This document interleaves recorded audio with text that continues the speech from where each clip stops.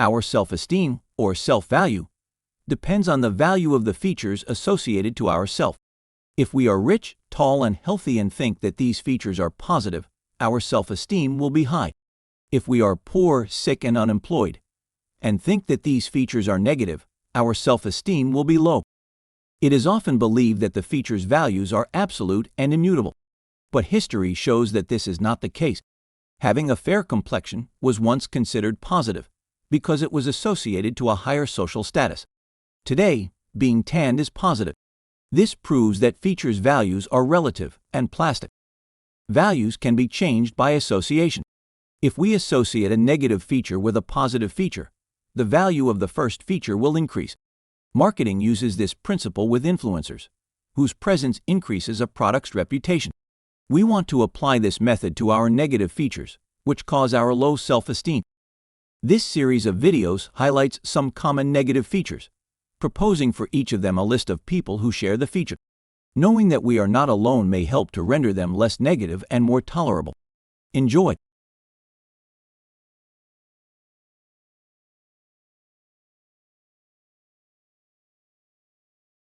Gaius Julius Caesar, 100 BC to 44 BC, was a populist Roman dictator, politician, military general, and historian who played a critical role in the events that brought to the demise of the Roman Republic and the rise of the Roman Empire.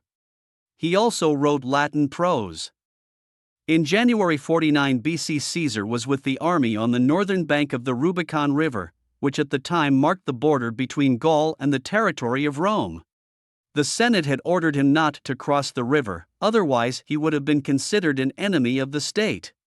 Caesare remained undecided for a long time.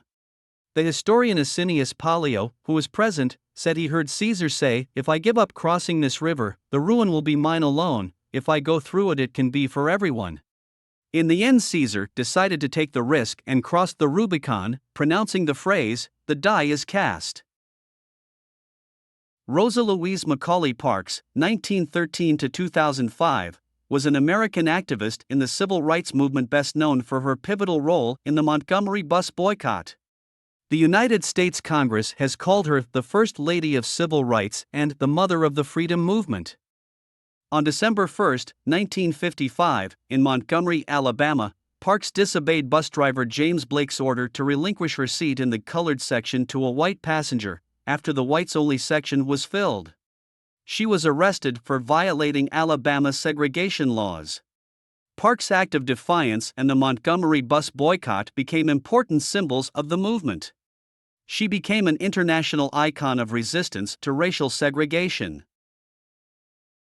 In late 1890s Wyoming, Butch Cassidy is the affable, clever, talkative leader of the outlaw hole-in-the-wall gang. His closest companion is the laconic Deadshot Sundance Kid. During a train robbery, Butch uses too much dynamite to blow open the safe, blowing up the baggage car. As the gang scrambles to gather up the money, a second train arrives carrying a six-man team of lawmen pursuing Butch and Sundance. They try to escape capture, but the road ends facing a cliff and a waterfall. Jumping into the waterfall is their only chance. They seize it. Jeffrey Bezos, born 1964, is an American technology entrepreneur, investor, and philanthropist. He is the founder and CEO of Amazon and Blue Origin, as well as the owner of Washington Post. He is consistently ranked among the richest persons of the world. In 1993, he was working for D.E. Shaw & Co., a newly founded hedge fund with a strong emphasis on mathematical modeling, where he became the fourth senior vice president at the age of 30. He had a brilliant career ahead. Nonetheless, he decided to leave his well-paid job to found Amazon in his garage on July 5, 1994, after writing its business plan on a cross-country drive from New York to Seattle.